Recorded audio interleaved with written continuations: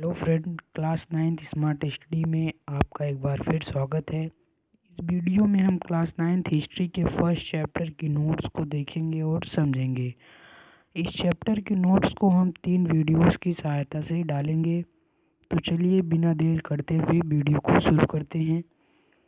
French revolution यानी फ्रांसीसी क्रांति, यह क्रांति इतिहास में हुई प्रमुख घटनाओं में से एक है। यह क्रांति क्यों हुई, कैसे हुई, कब हुई, इस चैप्टर में हम देखेंगे। यह क्रांति 14 जुलाई 1789 को हुई। पहले इससे पूरे चैप्टर को हम फ्लो चार्ट के माध्यम से समझेंगे, फिर टॉपिक बाय टॉपिक पढ़ेंगे। तो इसे हम 2 भागों में विभाजित करते हैं इस चैप्टर को। एक तो 14 जुलाई 1789 के पहले क्या हुआ, और दूसरा पोस्ट 14 जुलाई 1789 उसके बाद क्या हुआ। और 14 जुलाई 1789 के दिन क्या हुआ था। तो 14 जुलाई 1789 के पहले क्या क्या इंसिडेंट्स हुई, क्या इवेंट्स हुए जो एक क्रांति जिसके लिए हुई, और उसके बाद क्या क्या बदलाव आए इस क्रांति के बाद, तो इन सबको देखेंगे। इस क्रांति के बाद क्या हुआ, कॉन्स्टिट्यूशन बना फ्रांस का 1791 में। फ्रांस में मोनार्की से कॉन्स्टिट्यूशनल मोनार्की हो गया। फ्रांस कॉन्स्टिट्यूशनल मोनार्की से फ्रांस रिपब्लिक हो गया, मतलब वहाँ इलेक्शन होने लगे। और उस समय पोजीशन ऑफ वुमेन्स क्या थी, और एबोलिशन ऑफ स्लेवरी। फिर उसके बाद हम नेपोलियन बोनापार्ट के बारे में थोड़ा बहुत जानेंगे। तो 14 जुलाई 1789 को क्या हुआ कि पेरिस नगर में आतंक का माहौल था। जो 7,000 पीपल्स जो है टाउन हॉल के सामने एकत्र होकर एक जनसेना का निर्माण किए थे। और उसमें से कुछ लोग जो है वो हथियारों की खोज में बैस्टिल किले को ही तोड़ डाले, और उसमें वहाँ का कमांडर भी मारा गया, और जो कैदी थे वो छुड़ा लिए गए। मतलब कैदियों की संख्या वहाँ बहुत ज़्यादा नहीं थी। तो मतलब 7,000 people outside the palace, king के पैलेस के बाहर जो है प्रोटेस्ट कर रहे थे। ऐसा क्यों कर रहे थे, ये सब प्री 14 जुलाई 1789 में हम देखेंगे। तो उस समय क्या था कि लुई 16 जो है वो फ्रांस का मोनार्क था। उस समय जब वो मोनार्क बना तो उस समय उसकी उम्र 20 वर्ष थी। वो बर्बन फैमिली से बिलोंग करता था। उसकी शादी क्वीन ऑफ ऑस्ट्रिया, मतलब ऑस्ट्रिया की राजकुमारी के साथ हुई, जिनका नाम था मैरी एंटोनेट। अब देखते हैं प्री 14 जुलाई 1789 क्या हुआ। ये तो था 14 जुलाई 1789 का दिन था जब ये 7,000 पीपल प्रोटेस्ट कर रहे थे। ये सब क्यों कर रहे थे ये लोग, ये हम देखेंगे 14 जुलाई 1789 को। इन सब बातों को देखने के लिए हमें थोड़ा पीछे जाना होगा, मतलब 1774 में जो था वो फ्रांस का जो फंड और अकाउंट था वो गिर रहा था। मतलब फ्रांस जो है वो बैंकरप्ट हो गया था। ऐसा क्यों हुआ था, इसके 4-5 कारण थे। फ्रांस जो है वो उन्होंने बहुत लड़ाइयाँ लड़ी थी, जिसके कारण वो बैंकरप्ट हुआ था। ये मतलब एक बड़ा कारण था। Maintenance of palace of Versailles, मतलब वर्साइल का जो महल था वो बहुत ही बड़ा था, जिसके कारण उसको मेंटेनेंस में बहुत सारे फंड्स चले जा रहे थे। जो अमेरिकन कॉलोनी थी वो जो है फ्रांस इंडिपेंडेंट कराने में अमेरिका की मदद किया था, इससे ब्रिटेन से। और लोन जो लिया था मतलब फ्रांस वहाँ के बड़े महाजनों से, वो भी अपने 10% इंटरेस्ट से मांग रहे थे, मतलब लोन को चुकाने के लिए। और मिसलिनियस मतलब जो विश्वविद्यालय, कॉलेज, सेनाओं पर जो खर्च था वो सब भी कारण था। वो सब मतलब जो रोज का खर्चा होता है। यही 4-5 कारण थे फ्रांस के बैंकरप्ट होने के। तो इन सब से निपटने के लिए फ्रांस के क्या करता है, वहाँ का राजा लुई 16 उसने सबसे सरल यही तरीका था कि इम्पोस्ट टैक्स को बढ़ा दें।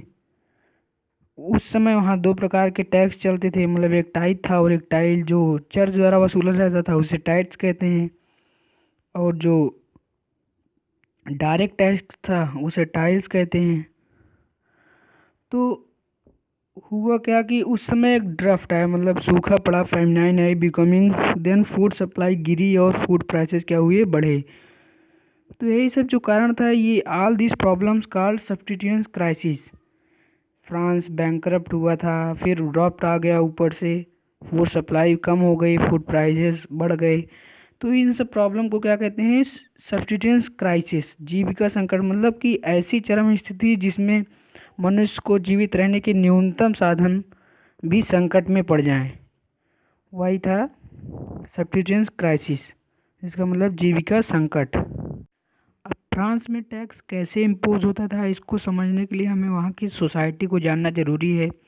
वहाँ की सोसाइटी 3 वर्गों में विभाजित थी। एक था चर्च, दूसरा किंग्स और मिनिस्टर थे, और तीसरा क्या था, कॉमन पीपल, जिनकी संख्या लगभग 90% थी। तो वहाँ टैक्स बढ़ाने के लिए जो है, वहाँ का मोनार्क जो होता है, उसको मीटिंग उसने बुलाई। उस मीटिंग को क्या कहा जाता था, journal state meeting.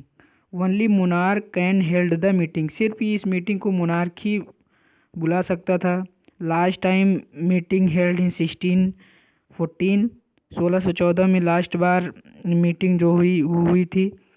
Meeting held on 5 मई 1789, और अभी कब हुई, 1789 में हुई थी मीटिंग, जर्नल स्टेट मीटिंग। तो इसमें इसके पार्टिसिपेंट कौन कौन थे, चर्च थे, किंग्स, मिनिस्टर, कॉमन पीपल थे।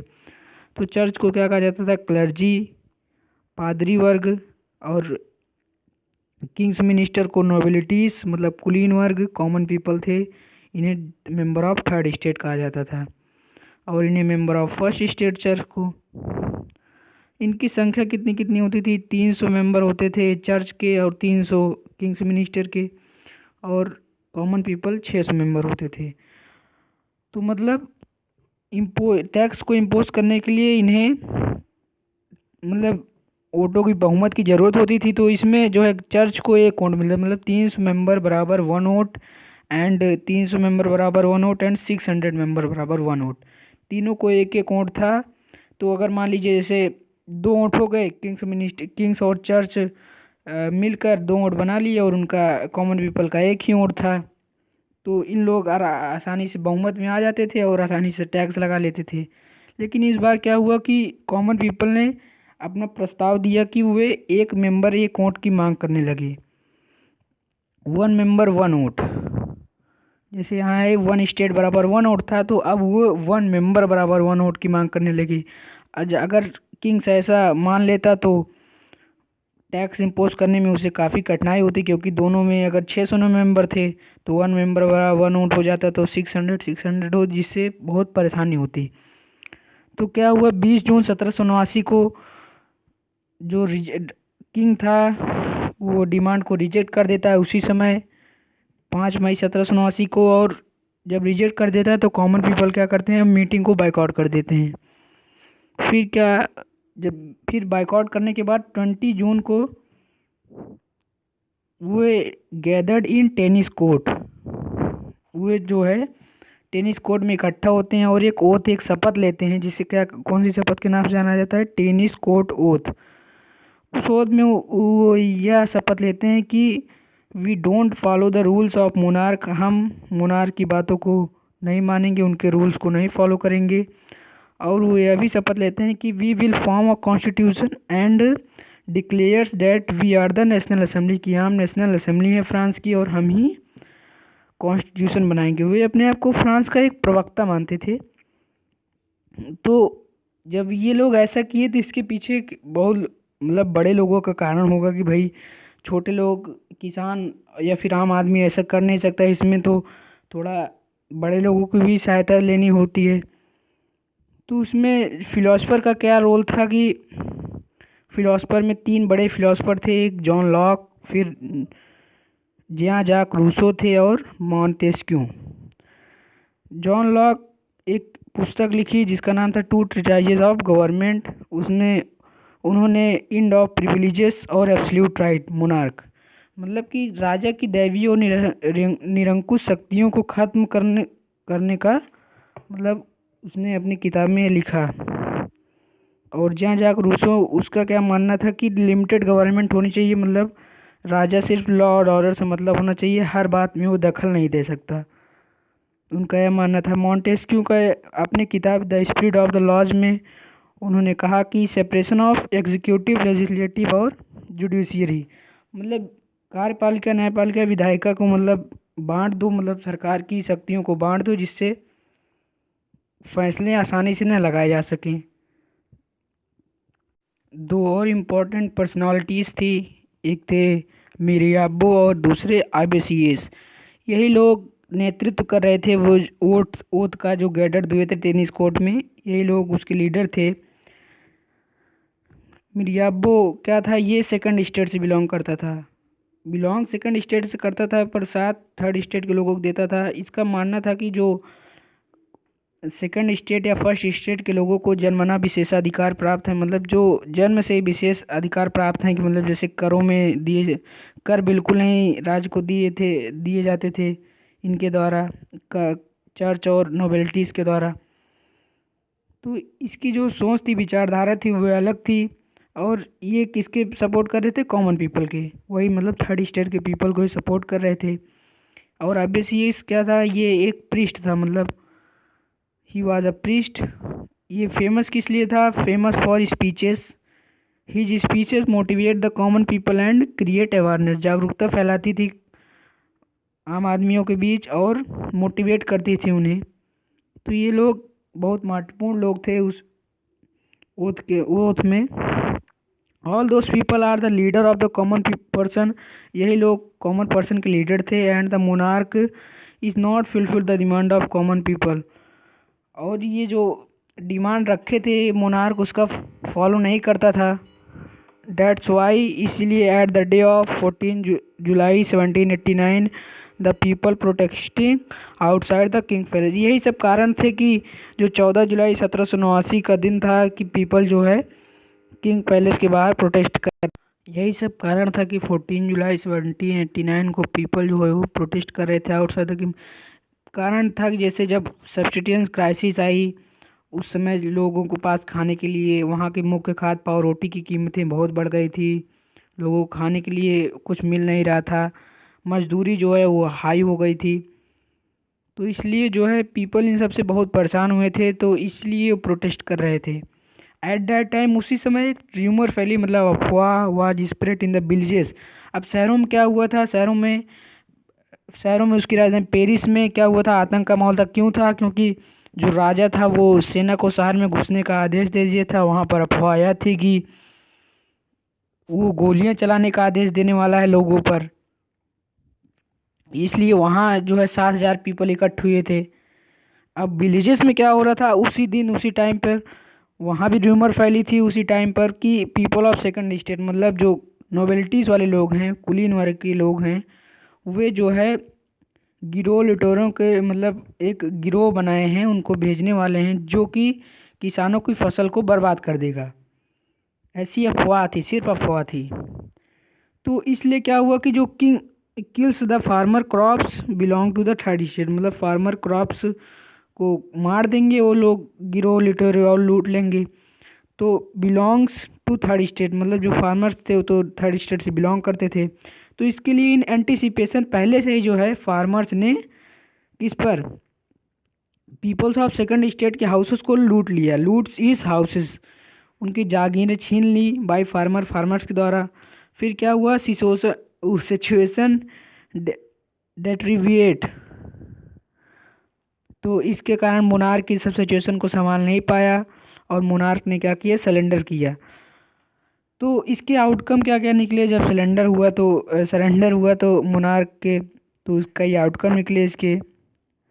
प्रिविलेजेस टू मोनार्क विल फिलिस, वही दैवीय और निरंकुश शक्तियों को खत्म कर दिया गया। मोनार्क की पीपल को अधिकार दे दिए गए, किसके द्वारा? By the declaration of rights of man and citizen, people को अधिकार दिए गए। और डायरेक्ट टैक्स बिल एबॉलिश, मतलब खत्म कर दिया गया डायरेक्ट टैक्स को।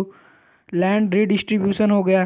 पहले क्या था कि 90% कॉमन पीपल थे, लेकिन 60% ज़मीन पर अधिकार जो है चर्च और नोबेलिटीज़ का ही हुआ करता था। तो अब क्या हुआ कि ज़मीन को सब इकट्ठा करके उन सबको रिडिस्ट्रीब्यूट किया गया ज़रूरत के हिसाब से। तो constitution of France was formed by the peoples of national assembly. और क्या हुआ कि फ्रांस का संविधान बना नेशनल असेंबली के पीपल्स के द्वारा। प्रोविजन ऑफ कॉन्स्टिट्यूशन, इसमें क्या क्या प्रोविजन थे कि पावर्स लिमिटेड होंगी, मोनार्की, सेपरेशन ऑफ, वही तीनों जो मॉन्टेस्क्यू ने अपनी किताब में बातें कही थी कि मतलब सेपरेशन ऑफ एग्जीक्यूटिव, लेजिस्लेटिव और जुडिशरी। तो इन तीनों को सेपरेशन हो गया, इनडायरेक्ट इलेक्शन होने लगे। तो यही सब आउटकम निकला जब मोनार्क जो है सरेंडर कर दिया। तो आज की वीडियो में बस इतना ही। अगले वीडियो में हम ये देखेंगे कि पोस्ट मतलब क्रांति के बाद क्या हुआ था। 14 जुलाई 1789 के बाद क्या हुआ कि फ्रांस का कॉन्स्टिट्यूशन बना, यही जो 1791 में यही कॉन्स्टिट्यूशन। और abolition of slavery, position of womens, monarch to constitutional monarchy, ये सब देखेंगे। तो अगर आपको वीडियो पसंद आई हो तो इसको लाइक ज़रूर करें, सब्सक्राइब करें। Thank you, thanks for watching.